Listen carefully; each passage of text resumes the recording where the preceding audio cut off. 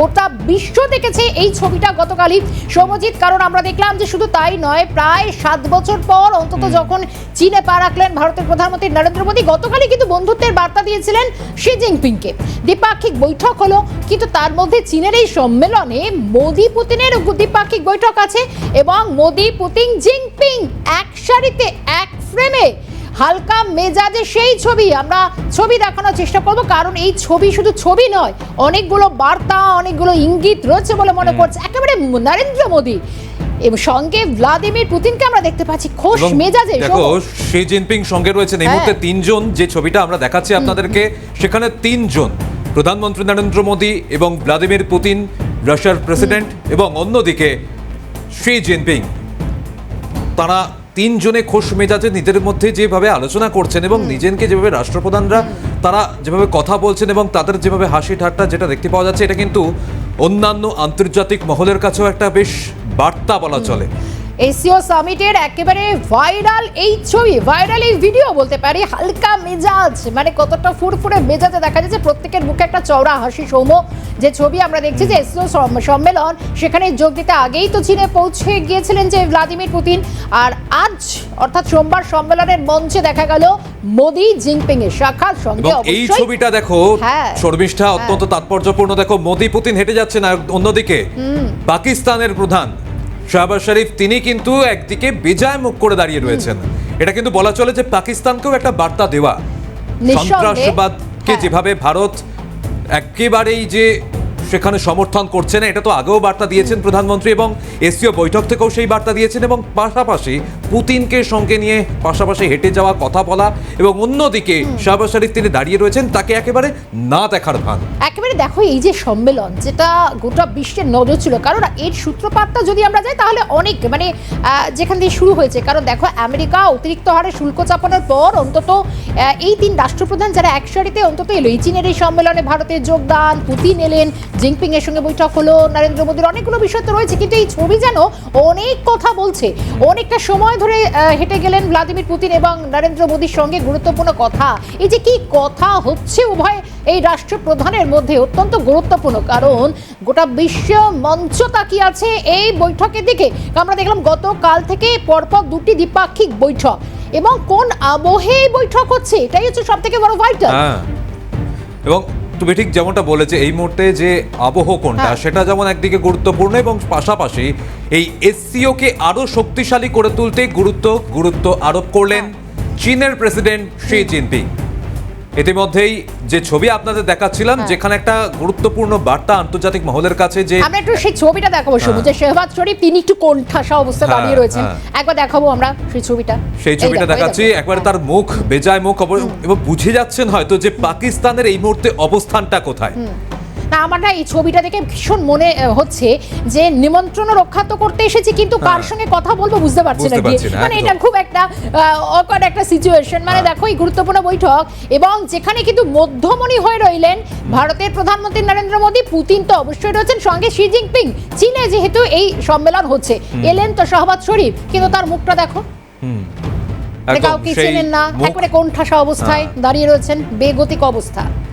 ঠিক শর্মিষ্ঠা, তুমি যেমনটা বললে যে তিনি বুঝে উঠতে পারছেন না এই মুহূর্তে তার কি করণীয়, এবং তিনি কার সঙ্গে কথা বলবেন, বা কেউ তাকে পাত্তা দিচ্ছে না, সেটাও দেখে তিনি কিন্তু একটু হতবাক। আর এই মুহূর্তে একটা যে বার্তা পাকিস্তানকে, যে সন্ত্রাসবাদ ইস্যুতে কোনোভাবেই যে ভারত সমর্থন করছেন, এবং আন্তর্জাতিক মহলকেও সেটা একটা বার্তা দিয়ে রেখেছেন মোদী। তিনি বলছেন, সন্ত্রাসবাদ ইস্যুতে দ্বিমুখী নীতি নয়, আমাদের ঐক্যবদ্ধ থাকতে হবে। তিয়ানজিনে তেরুজ্জক বান প্রধানমন্ত্রী নরেন্দ্র মোদীর সম্মেলনে যোগ দিয়ে কি বলেছেন শোনাবো।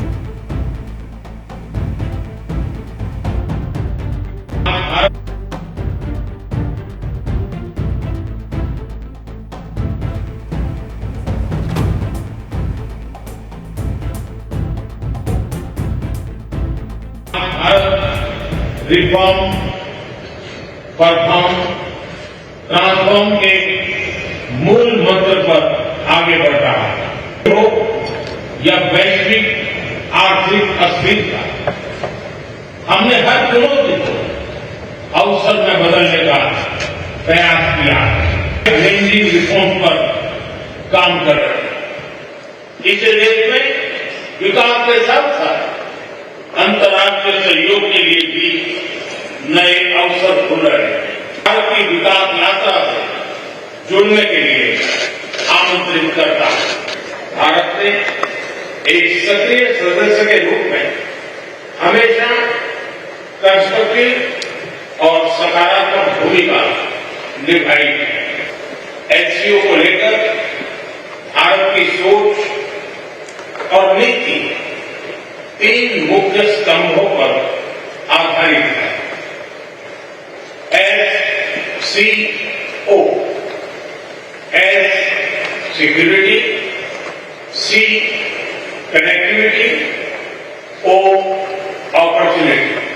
शांति और स्थिरता किसी भी देश के विकास का आधार है। अलगाववाद और अतिवाद बड़ी चुनौतियां हैं। आतंकवाद सिर्फ किसी देश की सुरक्षा ही नहीं बल्कि पूरी मानवता के लिए एक साझा चुनौती है। कोई देश, कोई समाज, कोई नागरिक अपने आप को इससे सुरक्षित नहीं समझ सकता। भारत पिछले 4 दशकों से निर्मम आतंकवाद का दंश झेल रहा है। आतंकवाद से लड़ाई में भारत ने एकजुटता पर बल दिया। ज्वाइंट इंफॉर्मेशन ऑपरेशन को लीड करते हुए अल कायदा और इससे जुड़े आतंकी संगठनों से लड़ने का इनिशिएटिव किया। এই মুহূর্তে আমরা আরো একবার যাবো আমাদের সঙ্গে জিরো আওয়ারে আলোচনায় অবশ্য থাকছেন, যোগ দিয়েছেন এই মুহূর্তে আন্তর্জাতিক সম্পর্ক উন্নয়ন বিশেষজ্ঞ দেবাশিস নন্দী। দেবাশিস স্যার, স্বাগত জানাচ্ছি আজকে জিরো আওয়ারে আলোচনায়। আমি প্রথম প্রশ্ন রাখার চেষ্টা করব যে খুব সাধারণভাবে এক ফ্রেমে আমরা দেখলাম 3 তাবড় রাষ্ট্রপ্রধান, তার চেয়েও বেশি যে ভিডিও এই মুহূর্তে এসও সামিটে দেখা গেল যে ভ্লাদিমির পুতিন এবং নরেন্দ্র মোদী দীর্ঘক্ষণ তারা একটা পথ অতিক্রম করলেন, গভীর মনোযোগ সহকারে কিছু আলোচনা করছিলেন। একটু কণ্ঠাসা অবস্থায় কোণে দাঁড়িয়েছিলেন পাক প্রধানমন্ত্রী, কেউ ফিরেও তাকালেন না। সঙ্গে প্রধানমন্ত্রী বললেন সন্ত্রাসবাদ ইস্যুতে কোনো দ্বিমুখী নীতি নেওয়া হবে না। কড়া পাকিস্তানকে বার্তা, কি মনে করেন? পাকিস্তান যে সন্ত্রাসবাদী রাষ্ট্র এসসিওর মেম্বাররা সকলেই জানে, এবং পাকিস্তানও ঘটনাক্রমে এসসিওর মেম্বার। এবং পাকিস্তান সন্ত্রাসবাদী রাষ্ট্র শুধু এসসিও ছাড়াও ইউরোপিয়ান ইউনিয়ন এবং আমেরিকার বিভিন্নবার পাকিস্তানকে সন্ত্রাসবাদী রাষ্ট্র হিসাবে ঘোষণা করেছে। তারপর পাকিস্তান যেহেতু নির্লজ্জ, রাষ্ট্রীয় মদতপুষ্ট সন্ত্রাসবাদ চলে পাকিস্তানে, তাই পাকিস্তানের উপস্থিত ওই মানে সামিটে উপস্থিত পাকিস্তানের প্রধানমন্ত্রী তিনি লজ্জিত নন, কারণ তিনি সন্ত্রাসবাদীদের নিয়েই তিনি তার কার্যক্রম পরিচালনা করেন। তবে একটা বড় চাপ দেওয়া গিয়েছে তাকে, এবং তাকে বিশেষ পাত্তা দেওয়া হয়নি ওই বৈঠকে, এবং তার মুখের অভিব্যক্তি থেকে প্রমাণিত তিনি যে এক্সপেক্ট করেছিলেন যে ভারত ও চীনের দূরত্ব ক্রমশ বাড়বে এবং এই সুযোগে পাকিস্তান চীনের ঘনিষ্ঠ হবে। তো এই বিষয়টি নিয়ে অনেকটা হতাশ হয়েছেন। তৃতীয়ত যেটা গুরুত্বপূর্ণ সেটা হচ্ছে যে এই বৈঠকের মধ্য দিয়ে শুধুমাত্র দ্বিপাক্ষিক সম্পর্কের উন্নতি হয়নি, বরং এই এসসিওর ফোরামের মধ্য দিয়ে এটা বার্তা দেওয়া গেল আমেরিকাকে যে আগামী দিনে যে এই দেশগুলো যদি একত্রিত হয়ে বিশ্ব বাণিজ্যে অগ্রগতি ভূমিকা পালন করে তাহলে আমেরিকার আধিপত্যকে অনেকটা খর্ব করা যাবে। পাশাপাশি এটাও ঠিক যে বিশ্বের জনগণের একটা বড় অংশ, যদি আমি ভারত ও চীনের জনগণের সংখ্যা আমরা মেলাই তাহলে প্রায় 280 কোটি জনগণ, ফলে বিশ্বের জনসংখ্যার প্রায় হাফ এখানেই রয়েছে। আবার রাশিয়াকে যদি যোগ দিয়ে, অন্যান্য মেম্বারকে যোগ দিয়ে আর বড় অংশ। সুতরাং এই একটা বড় বাজার, দেখুন মধ্যবিত্ত শ্রেণী কিন্তু সবচেয়ে কেনাকাটা করে, পারচেস করে। সুতরাং এই মধ্যবিত্ত শ্রেণীর একটা বড় অংশ রয়েছে এই দেশগুলোতে। সুতরাং এই দেশগুলোর বাজার যদি আমেরিকা আগামী দিনে হাতছাড়া করতে চায় তাহলে আমেরিকার পক্ষে বিপদ। এই দেশগুলো ভারত এবং চায়নার উপর যে আমেরিকা যে শুল্ক আরোপ করেছে, এতে সাময়িকভাবে হয়তো আমরা কিছুটা মানে চমকে গিয়েছিলাম বা আমাদের কিছু অসুবিধা হয়েছিল, কিন্তু লং টার্মে আমরা ভীত নই, কারণ আমাদের একটা বড় বাজার রয়েছে। এবং এই বাজার দখলের জন্য আমেরিকা নিজের থেকে আবার বন্ধুত্ব প্রতিষ্ঠা করবে এবং ভারতের সাথে কি বলবো মানে আপোষ করে চলবে। এবং এখানেই তাহলে একটা প্রশ্ন যে একদিকে যেমন এই বাজার, বিশেষ করে ভারতের বাজারের উপর আমেরিকার প্রেসিডেন্ট ডোনাল্ড ট্রাম্প তার যেমন নজর ছিল, এবং পাশাপাশি আরও একটি বিষয় আমরা দেখতে পেলাম যে প্রধানমন্ত্রী নরেন্দ্র মোদী এই এসসিও সম্মেলন থেকে তিনি আরও একটি বার্তা দিলেন, যে পাকিস্তানকে যেমন তিনি বার্তা দিয়েছেন, তিনি আরও বলেছেন যে পাকিস্তানের এই সন্ত্রাসবাদে বা সন্ত্রাসবাদে অন্যান্য দেশ যেভাবে সমর্থন করছে সেটাও কিন্তু মেনে নেওয়ার মতো নয়। তাহলে আমেরিকাকেও এখানে একবারে নাম না করে সেটা কিন্তু প্রধানমন্ত্রী নিশানা যে করলেন, এটাও অনেকটা স্পষ্ট। হ্যাঁ, এখন দুটো বার্তা দেওয়া হয়ে গেছে। একটা তো পাকিস্তানকে দেওয়া গিয়েছে, পাশাপাশি সন্ত্রাসবাদকে প্রত্যক্ষ বা পরোক্ষভাবে যারা মদত করে। আমেরিকার যে ডবল স্ট্যান্ডার্ড পলিসি, একদিকে বলছে সন্ত্রাসবাদের বিরুদ্ধে জিরো টলারেন্স নীতি গ্রহণ করা উচিত, সেটা 9/11 ইনসিডেন্টের পরে তৎকালীন মার্কিন প্রেসিডেন্ট জুনিয়র ডব্লিউ বুশ বলেছিলেন, এবং সেই সূত্রে ভারতও তার সাথে কাজ করেছে, সন্ত্রাসবাদ দমনের সাথে জয়েন্ট ওয়ার্কিং গ্রুপ করেছে, বিশ্বের বিভিন্ন দেশ করেছে। এবং পাশাপাশি আমেরিকা পাকিস্তানকে হুমকি দিয়েছে সন্ত্রাসবাদকে বন্ধ না করলে বেশ কয়েক বছর আগে, যে আমি সমস্ত সাহায্য আমেরিকার তরফ থেকে বন্ধ করে দেওয়া হবে। কিন্তু তারপরেও দেখা যাচ্ছে পাকিস্তানকে বেশি সাহায্য করছে এবং ওয়ার্ল্ড ব্যাংক থেকে ঋণ পাওয়ার ক্ষেত্রে তদারকি করছে। দ্বিতীয়ত হচ্ছে যারা পরোক্ষভাবে সমর্থন করে, সেখানে চীনও সেই দোষ থেকে মুক্ত নয়, কারণ হাফিজ সাইদ এবং মোল্লা মাসুদ আজহার যা নিষিদ্ধ জঙ্গি ইউএন তালিকায়, সেখানে কিন্তু পাকিস্তান চাইনিজ প্রশাসন তাদের বিরুদ্ধে সরব হয়নি এবং তাদের পক্ষে সমর্থনই করেছে। সুতরাং চায়নার সাথে বন্ধুত্ব পুনর্নির্মাণ মানে এই নয় চায়নাকে আমরা সন্দেহের বাইরে রাখবো, কারণ চায়নার বহু ইঞ্জিনিয়ার যারা যে চাইনিজ প্রতিষ্ঠানগুলো চীনে মানে পাকিস্তানে রয়েছে, এবং সেই প্রতিষ্ঠানগুলো বা শিল্প প্রতিষ্ঠানগুলো রয়েছে, সেখানে অনেক ইঞ্জিনিয়ারকে পাকিস্তানের জঙ্গিরা মেরে ফেলেছে। সেই খবর পাকিস্তান নিয়ে চায়না কনসার্ন, কিন্তু পাকিস্তান কখনো চায়না কিন্তু উচ্চবাচ্য করছে না। তাহলে প্রশ্ন উঠবে আন্তর্জাতিক মহলে, তাহলে এই একটা সন্ত্রাসবাদী রাষ্ট্রের সাথে চায়না কি করে বন্ধুত্ব করে? সুতরাং চায়নার সাথে আমাদের অংশীদারিত্ব থাকবে, কিন্তু তার মানে এই নয় আমরা ধরে নিতে পারি না যে চায়নার সাথে পূর্ণাঙ্গ বন্ধুত্ব স্থাপন হলো এবং চায়না সন্দেহের ঊর্ধ্বে, চায়না পাকিস্তানকে সমর্থন করবে না। অর্থাৎ কূটনীতিতে অনেক রকম স্তর থাকে এবং সিগন্যালিং থাকে, তো সেগুলো আমাদেরকে বুঝতে হবে আগামী দিনে, কারণ আমরা অনেকটা শিক্ষা পেয়েছি, বন্ধুত্ব করতে গিয়ে অনেকটা আঘাত পেয়েছি, আমেরিকার কাছ থেকেও পেয়েছি, একসময় চায়নার কাছ থেকে পেয়েছিলাম, আবার পুনর্নির্মাণ করছি। সুতরাং আমাদেরকে সতর্ক থাকতে হবে। দেবাশিস, এখান থেকেই যে আমরা আঘাত পেয়েছি, ভারত অনেক যতবার এগিয়েছে ততবার সে পিঠে ছুরি মারা হয়েছে, কিন্তু একটা জিনিস আমার কোথাও মনে হচ্ছে, দেখুন যে কোনো সামিট হলে, যে কোনো সম্মেলন হলে বিভিন্ন রাষ্ট্রপ্রধানরা মিলিত হলেন, করমর্দন করবেন, এগিয়ে আসবেন, জড়িয়ে ধরবেন, এটা খুব সাধারণ হলেও কিন্তু এই এসসিও সামিটে অন্তত দেখা যাচ্ছে যে যেভাবে পুতিন প্রধানমন্ত্রীকে দেখে এগিয়ে এলেন, তার সঙ্গে করমর্দন এবং একেবারে খোশ মেজাজে একটা দীর্ঘ আলোচনার এই প্ল্যাটফর্ম তৈরি হওয়া, মানে এই আবহে দাঁড়িয়ে এটা কি মনে হলো যে এই হেভিওয়েট রাষ্ট্রপ্রধানের একসঙ্গে এক সারিতে এক ফ্রেম একটা নতুন অক্ষত সূচনা করলো?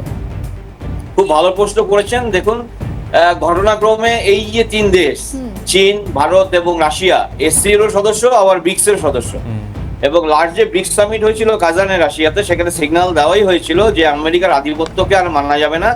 এই একমেরু কেন্দ্রিক বা ইউনিপোলার ওয়ার্ল্ডের যে কনসেপ্টটা চলছে 1991 সালের পর থেকে, সোভিয়েত ইউনিয়ন ভেঙে যাওয়ার পর থেকে, সেটাকে এবার চেঞ্জ করার সময় এসছে। তার জন্য তারা কি করছেন, অর্থনৈতিকভাবে আমেরিকাকে চাপে রাখার জন্য ব্রিক্স মুদ্রা চালু করা, বা এই ব্রিক্স ভুক্ত এসসিও ভুক্ত দেশগুলোর মধ্যে বাণিজ্যের পরিমাণ বৃদ্ধি করা, তাদের মধ্যে আন্ডারস্ট্যান্ডিংকে মজবুত করা, এবং তাদের মধ্যে প্রযুক্তিগত ট্রান্সফার, যে টেকনোলজিক্যাল ট্রান্সফার বৃদ্ধি করা, এগুলোর কথা বলছেন।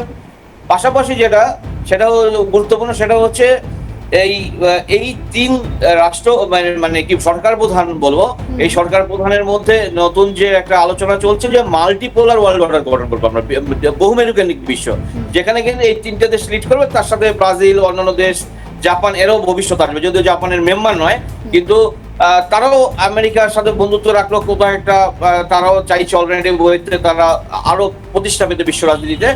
সুতরাং আগামী দিনে বিশ্বের রাজনৈতিক মানচিত্র, যেটা ইকুয়েশন, গ্লোবাল পলিটিক্যাল ইকোনমির ক্ষেত্রেও যদি বলি, চেঞ্জ হতে যাচ্ছে, কারণ ডোনাল্ড ট্রাম্প যে পরিমাণ মানে অপমানজনক আচরণ করছেন, এবং কি বলবো, সেটাকে বলবো যে অনিশ্চিত একটা বিদেশ নীতি পরিচালনা করছেন, এবং যেটাকে ভবিতব্য নয়, সেই অভবিতব্য বিষয়গুলো তিনি সামনে আনছেন, যেটা অকল্পনীয়, সেগুলোর বিশ্ব শান্তি এবং নিরাপত্তা এবং বিশ্ব অর্থনীতি চ্যালেঞ্জের সামনে দাঁড়াবে। সুতরাং একটা স্থিতিশীল বিশ্ব ব্যবস্থা গড়ে তোলার জন্য এবং মার্কিন আধিপত্যকে চ্যালেঞ্জ জানানোর জন্য আগামী দিনে কিন্তু এই তিন রাষ্ট্র গুরুত্বপূর্ণ ভূমিকা পালন করবে বলে আমার মনে হয়, এবং এই যে এসসিও মঞ্চটা নতুন করে আবার প্রমাণ করলো তাদের আন্ডারস্ট্যান্ডিংটা আরো মজবুত হতে যাচ্ছে।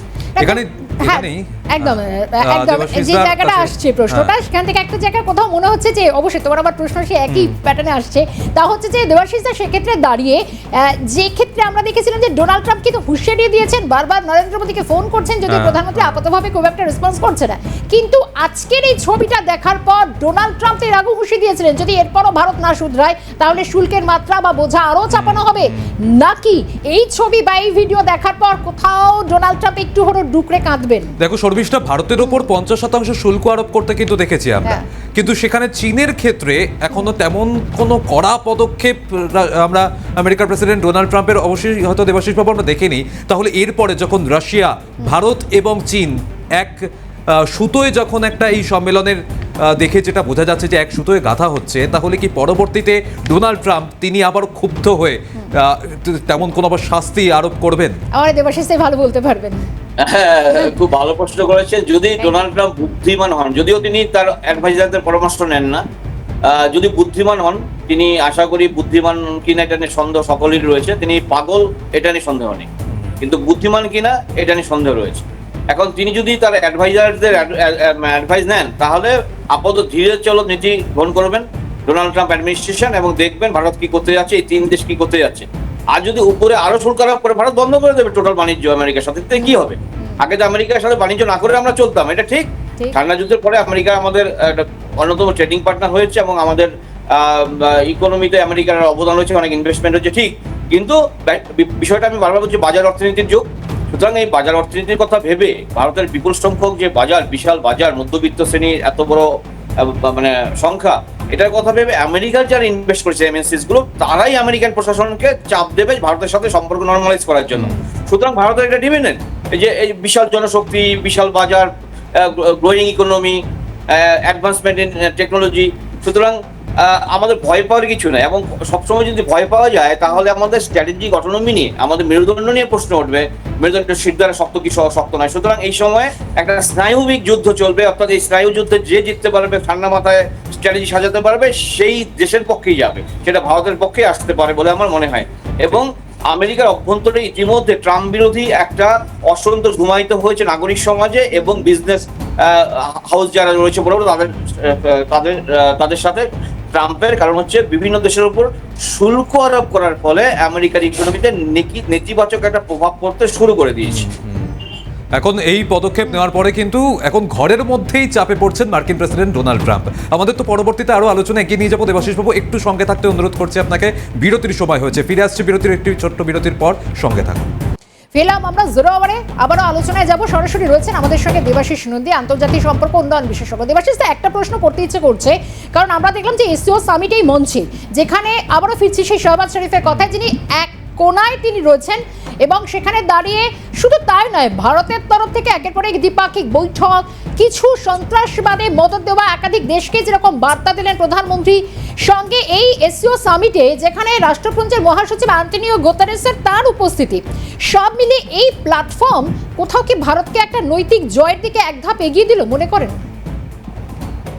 দেখুন, এটা একটা বড় মঞ্চ, এটা একটা যৌথ মঞ্চ এবং অনেক সদস্য রাষ্ট্র রয়েছে, সেন্ট্রাল এশিয়ার অনেক দেশ রয়েছে, পাকিস্তানও রয়েছে। এখানে এমনি অফিসিয়ালি সমস্ত সদস্য রাষ্ট্রের অধিকার সমান, গুরুত্ব সমান, কিন্তু দেখুন একটা ব্যক্তির যেমন প্রোফাইল অনুযায়ী সমাজে সেই ব্যক্তি সম্মানিত হন, একটি রাষ্ট্র তার প্রোফাইল অনুযায়ী সম্মান পায়। সুতরাং পাকিস্তানের যে প্রোফাইল, তার যে বিশ্বাসযোগ্যতা, তার যে ইকোনমিক প্রোফাইল, তার যে ইমেজ, সেটা তো ভারতের সাথে যায় না, কোনোভাবেই যায় না। সুতরাং ভারতের গুরুত্ব তো অবশ্যই বেশি। এখন পাকিস্তান নিজে থেকে প্রচার করে অপারেশন সিন্ধু জিতে গিয়েছে, হেরে গিয়েও পাকিস্তান দাবি করে যে শান্তির দেশ, পাকিস্তান দাবি করে যে উন্নত দেশ, এদিকে ভিক্ষার ঝুলি হাতে নিয়ে ঘুরে বেড়ায়। সুতরাং সেই সেলফ গ্লোরিফাইং একটা কান্ট্রি। সুতরাং সে ভেবেছিল পাকিস্তানের প্রধানমন্ত্রী ওখানে গিয়ে তিনি খুব নজর কাড়বেন, বিভিন্ন সদস্য রাষ্ট্র বা যারা ডিগনিটারিজ আছেন তাকে খুব সম্মান দেবেন, গুরুত্ব পাবেন, কিন্তু সে পাননি, এটা সভাপতি পাননি। সুতরাং এটা তার ধারণাটা কিছুটা ভাঙবে এবং ভারত যেটা লিডিং পাওয়ার বিভিন্ন ফোরামে, সেই লিডিং পাওয়ারের গুরুত্বটা তো আমেরিকা আমাদের উপর শুল্ক আরোপ করলো বলে এটা কমে যাচ্ছে না, সেটা আরোপ করতেই পারে, কারণ সম্পর্কে ওঠানামা হয়। কিন্তু এই যে প্রোফাইল একটা দেশের, সেই প্রোফাইল এবং চায়নাও গুরুত্ব বুঝে। আর আমাদের তো রাশিয়া তো মানে টাইম টেস্টেড ফ্রেন্ড 1971 থেকে। এবার রাশিয়ার সাথে বন্ধুত্ব, আরো পরীক্ষিত বন্ধুত্ব কেন, এই আপনার যে ইউক্রেন ক্রাইসিসের পর 3.5 বছর অতিক্রান্ত হচ্ছে, দীর্ঘ সময় আমেরিকার চাপ সত্ত্বেও ভারত কিন্তু রাশিয়ার হাত ছাড়েনি, এবং পুটিনও সেখানে কৃতজ্ঞতা প্রকাশ করেছে, এবং সেটা পুটিন বোঝে কে তার বন্ধু, বিপদের দিনে কে পাশে দাঁড়িয়েছে। সুতরাং একদিকে পুটিনের তরফ থেকে গুরুত্ব, একদিকে চীন ভাবছে ভারতের একটা বিশাল বাজার, কারণ 2024-25 সালে চায়না এবং ইন্ডিয়ার মধ্যে বাণিজ্যের পরিমাণ ছিল 127.7 বিলিয়ন ইউএস ডলার। সেখানে পাকিস্তানের সাথে তো 1/10 বাণিজ্য নেই। সুতরাং সেখানে চায়না বুঝবে আগামী দিনে বাণিজ্যের ভলিউম আরো ডবল হতে পারে। সুতরাং এই যে একটা বাণিজ্যিক পার্টনার হিসেবে ইন্ডিয়ার যে গুরুত্ব, সেটা চায়না বুঝে গিয়েছে। সীমানায় সামরিক উত্তেজনা চলছে, হয়তো চলবে, কিন্তু মেন ফোকাস যে বাণিজ্য, সেটা চায়না বুঝে গিয়েছে। আর রাশিয়া এখানেই তাহলে খুব সংক্ষেপে দেবাশিস বাবু একটি প্রশ্ন আপনার কাছে রাখছি, কারণ যেহেতু আমাদের জিরো আওয়ারের আলোচনার সময় শেষ হয়ে এসেছে, তাই খুব সংক্ষেপে যে উত্তরটা আপনার কাছে এই মুহূর্তে জানতে চাইবো, যে তাহলে এই মুহূর্তে হয়তো পাকিস্তান তাদের অবস্থান কোথায় বুঝে গিয়েছে এই এসসিও সম্মেলন থেকে, তাহলে কি এবার আমেরিকার দিকে পাকিস্তান আর একটু ঝুঁকবে, এবং তাতে কি কোনো সুবিধা পাবে পাকিস্তান? তো পাকিস্তান একটি ভিখারি দেশ, যেখানে টাকা পাবে, যেখানে দান ধ্যান পাবে। দান খয়রাতির জন্য মানে সৌদি আরবে মিডল ইস্ট কান্ট্রিতে ঘুরে বেরিয়েছিলেন কিছুদিন আগে, কাবা শরীফ, তারপর আমেরিকাতে যাচ্ছেন তাদের সামরিক প্রধান ঘন ঘন। এখন যেখানে এখানে পাত্তা না পেলে ওখানে যাবে, তাদের তো অটোনমি নেই, তাদের মানে সে আর্থিক সামর্থ্য নেই। ফলে ইন্ডিয়া যে বার্গেনিং করার জায়গা আছে, পাকিস্তান তো বার্গেনিং জায়গা নেই, আবেদন নিবেদনের জায়গায় আছে। সুতরাং যেখানে সুবিধা পাবে যাবে। সুতরাং পাকিস্তান তো একটা প্রত্যাখ্যিত একটা মানে কি বলবো, ডিক্লেয়ার্ড একটা টেররিস্ট কান্ট্রি এবং একটা ডিফল্টার কান্ট্রি, যেটা ওয়ার্ল্ড ব্যাংক আইএমএফ থেকে লোন নিয়ে শোধ করতে পারে না। একেবারে দেবাশিস দা, এবং সময়টা যেহেতু ফুরিয়ে গেছে, অর্থাৎ এই ছবিটা দেখে অন্তত আজকে এসসিও সামিটের এখান থেকে বলা যায় যে কোথাও যেন ভারত আজকে একই সঙ্গে সন্ত্রাসবাদের বিরুদ্ধে তাদের অবস্থান স্পষ্ট, এবং একই সঙ্গে বাণিজ্যে ঘনিষ্ঠতা এবং সম্পর্ক মজবুত রেখে ভরসার সঙ্গে এগিয়ে যাওয়া, এক সূত্রেই যেন কোথাও বেঁধে দিল এই তিন রাষ্ট্রপ্রধানকে। অনেক কিছু বার্তা দিয়ে গেল। এখানেই আপনাকে দেবাশিস বাবু অনেক ধন্যবাদ জানাচ্ছি, কারণ আজকে আমাদের জিরো আওয়ারের আলোচনা একদমই শেষ হয়ে গিয়েছে, সময় শেষ একদমই। অবশ্যই আমাদের এখান থেকে বিদায় নিতে হচ্ছে। পরবর্তী অন্যান্য খবরের জন্য আপনাদের নজর থাকুক ক্যালকাটা নিউজে।